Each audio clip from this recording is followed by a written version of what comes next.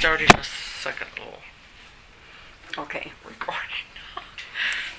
Okay, we're back. We're talking about the end of World War II. Yeah. And Jack Green and Kenny Green and Sharon. yeah. Their dad was killed in the Battle of the Bulge. And we were So there the terrible. day that they came with the telegram. Oh, jeez. That we were all playing in the backyard, in the snow. Mm-hmm. And Mary called the kids in the house, and they came out.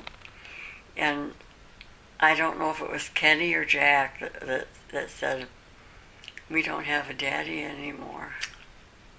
Heartbreak. And boy, that, Did the town rally to help them? I don't know.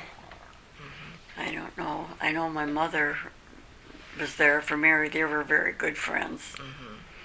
And it was, and then when the war was over, same group of kids playing, when we got the news, we all went into the field out there.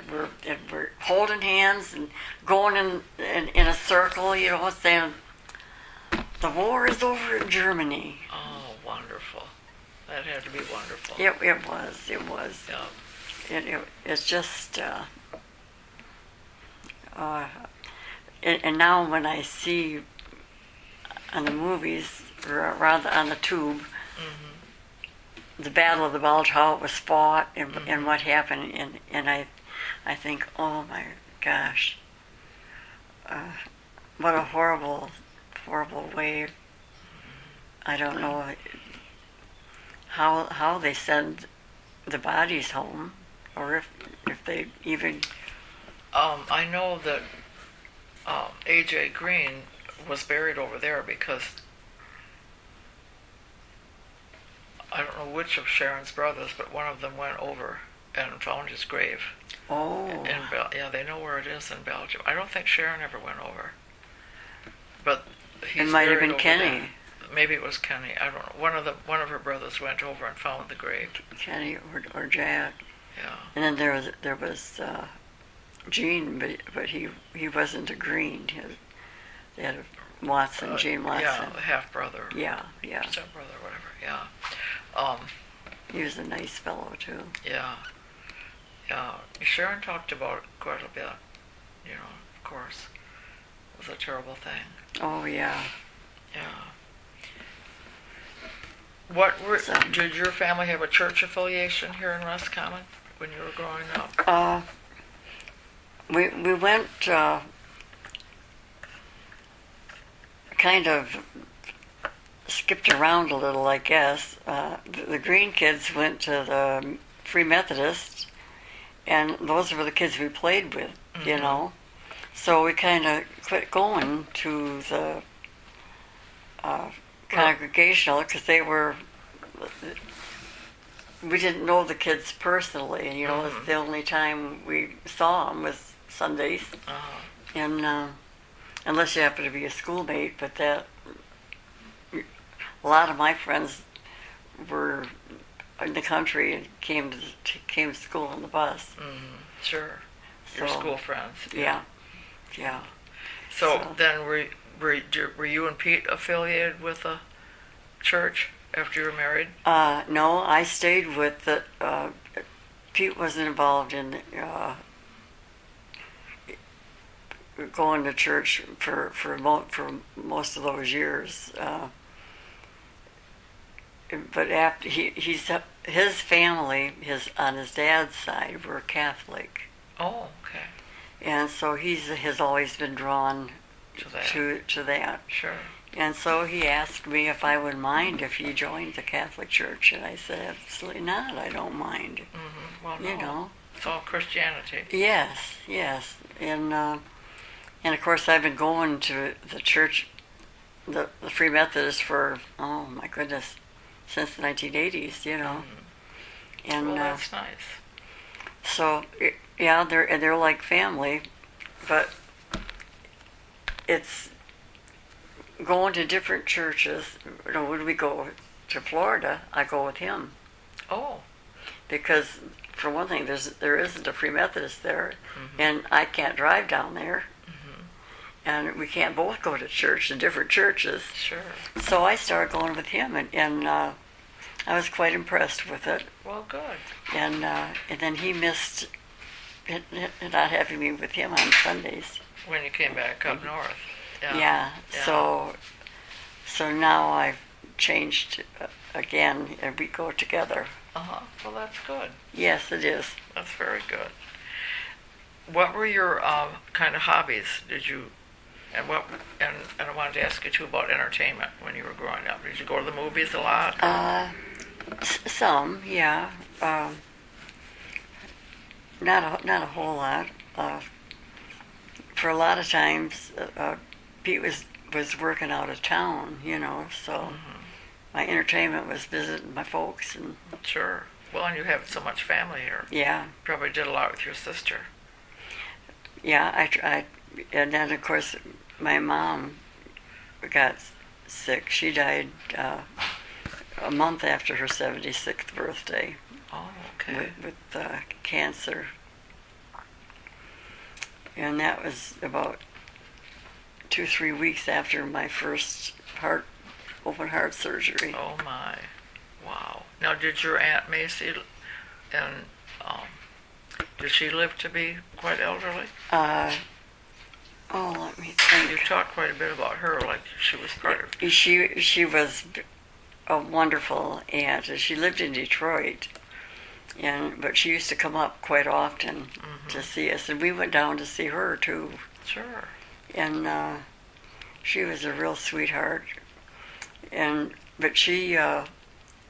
But she was the owner of the apartment building here. Oh, right here on 4th Street? Yes. The white one? Yes. Oh, And okay. she lived in the one the lower one that faces the creek. That was her. Oh, okay. That was her home. That's where Blaine lived when I interviewed Yeah, him. he lived on the bottom, over towards the, I don't know, Away from the the creek. second one in, Right, yeah. I think. Yeah. So who owns that now? Her son inherited it, Oh, okay. and he was in California. So when he retired, he started spending summers here in one of the rooms. Then he started bringing his motorhome. He lives at his motorhome out there. Oh, And in California or here? In California. Oh, okay. And he brought it here and set it up in the back of the apartment building because he had them all rented, Uh-huh. And the last couple of years, he's been parking it here. Oh, okay. And but this year he was only here for about 6 days or so. And Oh, okay. How many children did Macy have? just the one boy. Oh. But And Jean and Dorothy had 6 children? they had, let's see, Linda and I remember The when second boy. they lived in Brookside. they had 2 boys and 2 girls. They have 4 children. Yeah.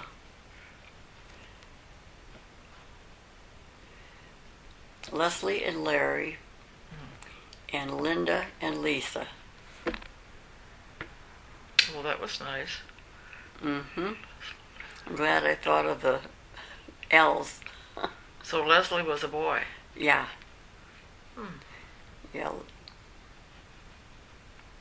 Well, how interesting. Then Yeah. some of them still here? Yes. Okay. In fact, Lisa lives in our great-great-grandmother's house, in the stone house. The stone house on the Yeah. creek. Okay. She had 6. She has 6 children. I Yeah. thought somebody had 6 children. Yeah. And Linda, I think, had 11. No kidding. Yeah, and I don't have a clue. I haven't seen her in ages. Oh, okay. They live out M18, and So I don't even, she's in the area. yeah, Mm-hmm. yeah. Well, how nice. Yeah, and Leslie was married, and he just lost, his wife died here about a year and a half ago. Hmm. So he lives, I think, in one of the houses next to the stone house. Oh, so he's here. He's still in here, Roscommon yeah. too. Yeah, for heaven's sake. I don't know where Larry is. So Okay, it's, tell us a little bit about some of your hobbies that you've had over the years while you were working, or organizations you were active in. well, the only thing I really was, and I was the instigator and the manager every year for the telephone operators reunion. Oh, how fun. And we've done it for a lot of years. In the last few years, I had some help, with the gals. Where do you have it? Well, we've had it several places. We had it at the VFW Hall once. I think that was the first one. And at Fred's. And at the Holiday Inn at Houghton Lake. And the very first one we had, though, was at a Tupperware party here at my house. Oh, how fun. And of course, I invited all my telephone operator friends. And then we started talking about, gee, it'd be nice to get together. And I said, yeah, it really was so. I just kind of got the ball rolling. Well, how nice. But now there's so few of us left, and most can't even get here. Oh, really? So Yeah. when was the last one that you had? The last one we had, I think, was 3 years ago. Oh, for heaven's sakes. Yeah. Well, I would think it was a very special group. You gals that were, I can picture you all sitting there Yes. going like that Yeah. with your plugging into everybody. Yep. Was it fun to kind of know what was going on in town, though, from the telephone office? You really didn't have time to listen in on conversations, and of course it's prohibited to do that. Sure. Well, sure. But we also, when there was a fire called in, we did the blew the fire whistle, Oh, really? and then they had, you had to blow that whistle at 6 in the morning, and again I think at noon, and at 6 Oh. at I think it was the 10 o'clock. That's supposed to be curfew or something. Oh, sure. Oh, and you initiated that right there in your office. Yep, that happened right there. There was a little Switch or something. yes, a switch right on the switchboard that you. Where was you did. the sound coming from? I'm trying to, I don't think I ever knew where. Where it actually came from? Yeah. Huh. What do you I'll have to remember ask. about the trains Oh, the trains that in were. the depot? When Pete was in the service, I used to write to him every day. Did you? Every day, yes. And I lived with my folks, and I was working at the telephone office.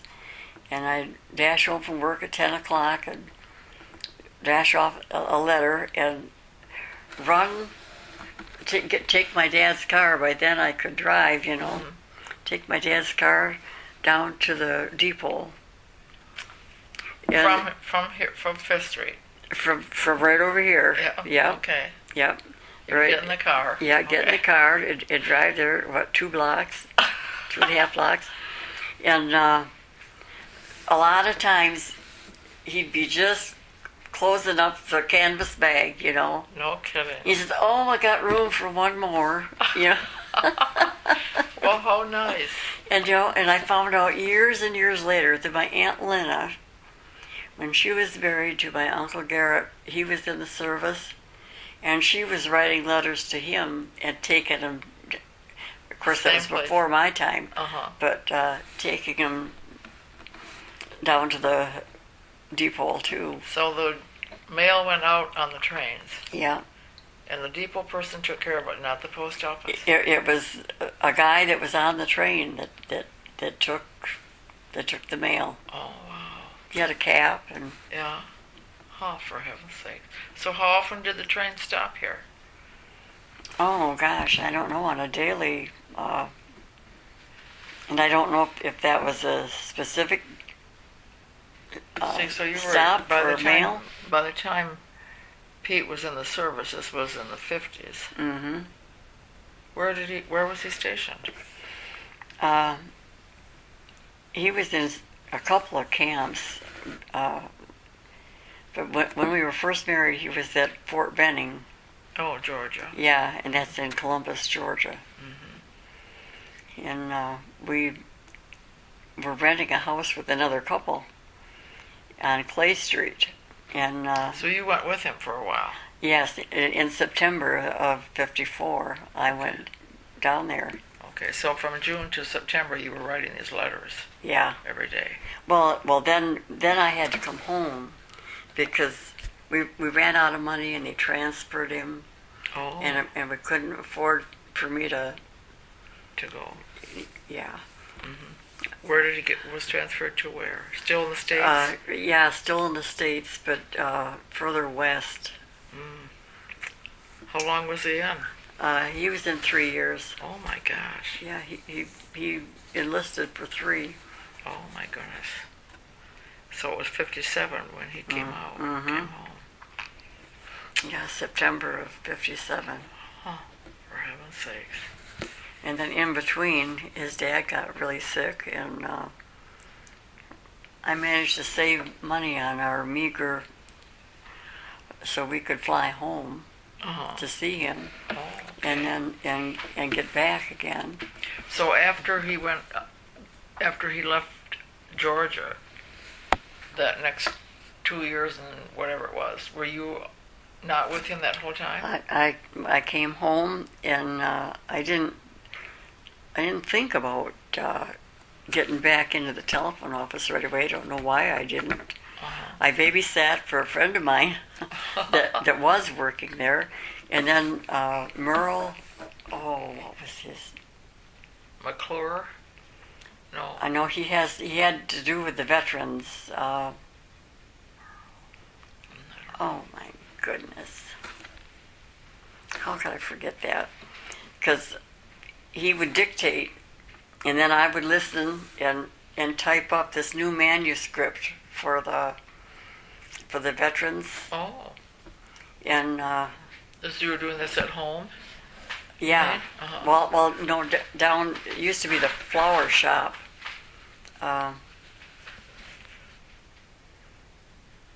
But I think the Dairy Queen is there now. Oh, okay. Close to that, anyway. There was a flower shop there, and he was going with a lady that ran the flower shop, and I was helping her Oh. put things together. I've tried to remember how we made those bows. I can't remember. But then he said, "Do you type?" And I said, "Yeah." He says, "Well, I got a job for you."